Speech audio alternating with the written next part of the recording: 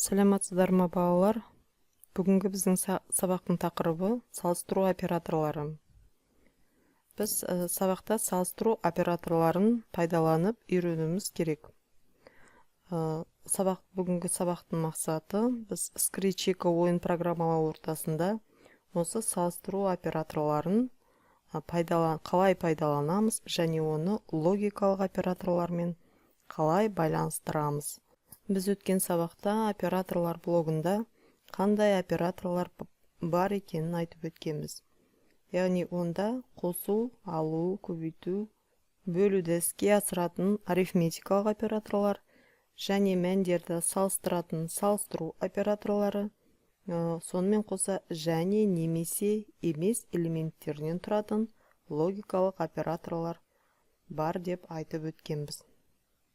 Біздің бүгінгі өтіп жатқан операторларымыз бұл салыстыру операторлары. Яғни екі мәнді салыстырамыз. Екі мән бір-бірімен тең болуы мүмкін, біріншісі екіншісінен кіші болуы мүмкін, немесе біріншісі екіншісінен үлкен болуы мүмкін.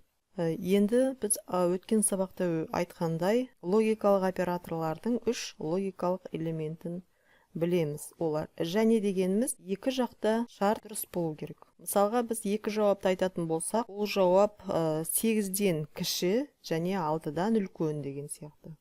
Екеуде мысалға 7 санын ойласақ, ол 7 деген санымыз бізде 8-ден кіші және 6-дан үлкен. Екі жақ жауапта бізде дұрыс болып тұр. Бұнда нәтиже дұрыс болады. Егер екі жақ жауаптың бірінің шарты орындалмаса, онда біздің нәтижеміз бүтіндей қате болып шығады. Яғни, мына бір жағы орындалып, екінші жағы орындалмайды деген бұл жерде болмайды. Екі жақ шартта орындалуы керек. Келесі элемент немесе элементі. Бұл кезде екі жақ жауаптың біреуі дұрыс болса, нәтижеміз дұрыс болып есептеледі. Мысалға, біз тесттік сұрақтар беретін болсақ, 5 жауап нұсқасын беріп, екі жауапты таңда дейтін болсақ, біз егер және элементін қоятын болсақ, онда сіздердің екі жауаптарыңызда дұрыс болған жағдайда ғана сол сұрақтың жауабына дұрыс жауап бердіңіз деп есептеледі. Егер де немесе элементін қойған болсақ, онда дұрыс жауаптың саны 2 деген жерде сіздер біреуін дұрыс таңдасаңыздар, онда сол сұрақтың жауабын дұрыс деп санауға болады, егер немесе элементі тұрса. Бірақ көп жағдайда және элементі тұрады. Яғни сіздердің сол сұрақтың жауабы дұрыс болу үшін сіздер екі жауапты да дұрыс деп таңдауларыңыз керек болады. Бұл бір мысал. Үшінші біздің элементіміз емес элементі. Бұл дұрыс пайымды теріске шығарады. Дұрыс емес пайымды дұрысқа шығарады. Төменгі жақта міне салыстыру операторлары тұр. Кіші, тең және үлкен. Енді біз және логикалық элементімен осы салыстыру операторларын қалай байланыстырамыз?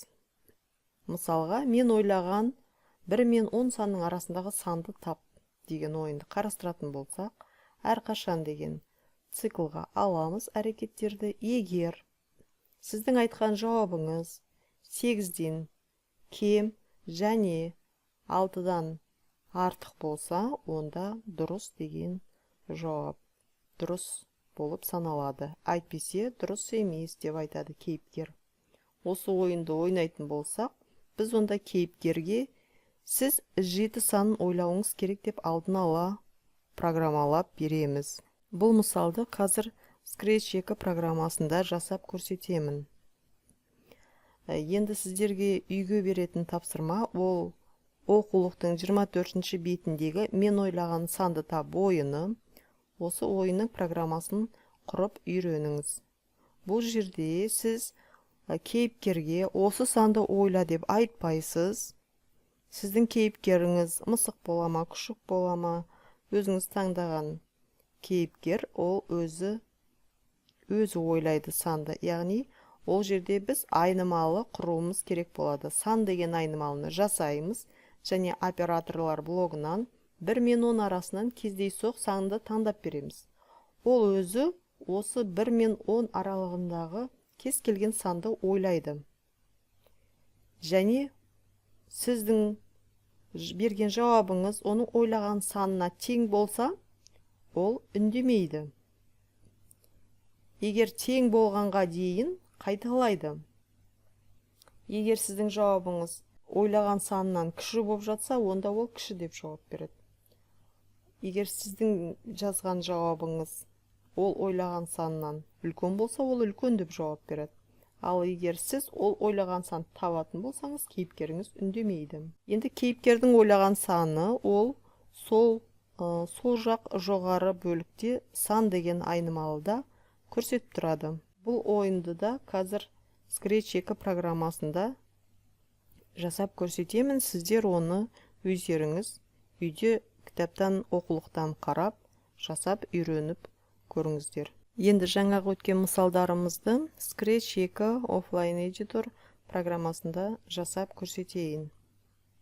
Бірінші мысал ол біз кейіпкерімізге осы санды ойлайсыз деп алдын ала программамен белгілеп береміз. Ол кезде біз және элементін пайдаланамыз.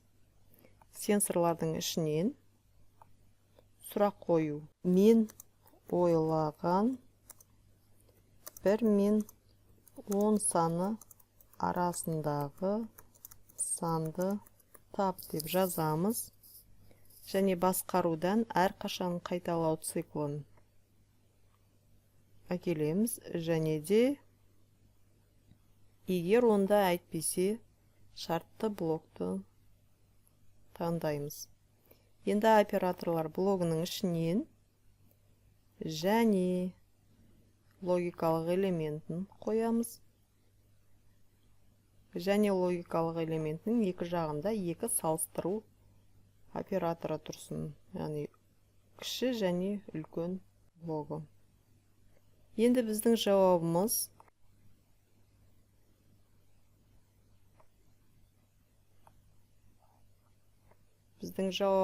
кіші 8-ден және жауабымыз үлкен 6-дан десек, біз кейіпкерімізге 7 деген санды ойлайсың деп алдын ала команда береміз.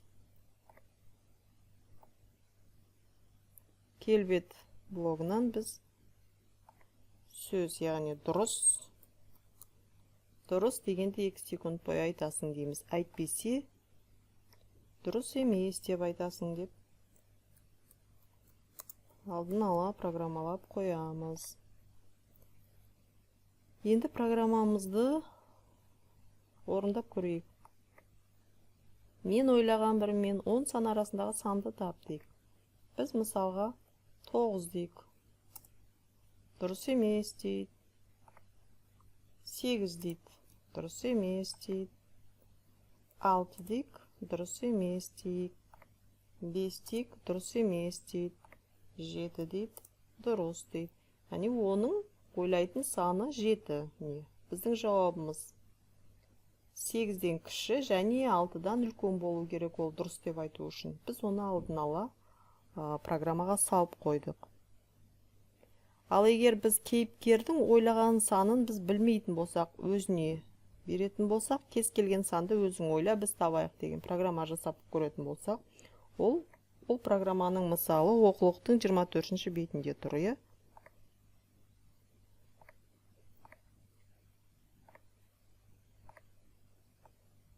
Біз онда айнымалы жасауымызға тура келеді.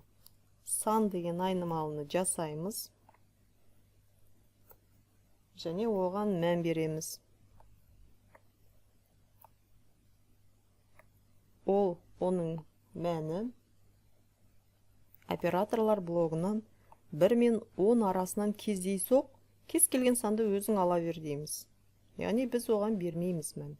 Ол өзі бір мәнді алады. Басқару блогынан әрқашан қайтала деген циклда келеміз.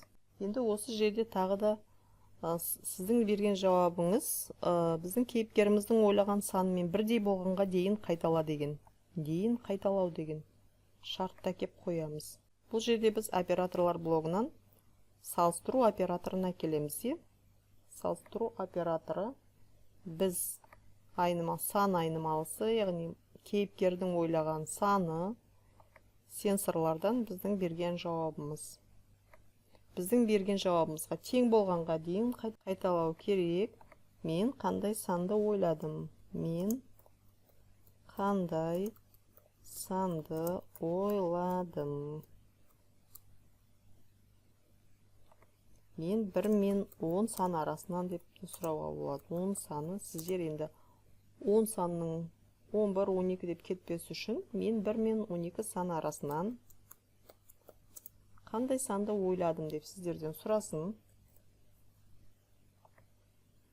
Егер басқару блогынан шарт әкелеміз. Егер онда айтпесе дегенді. Егер операторлар блогынан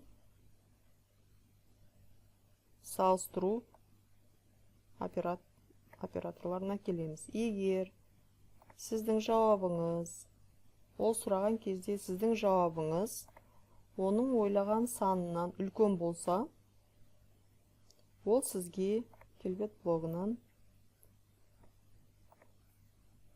үлкен деген сөзді айту керек болады. Әйтпесе тағы да егер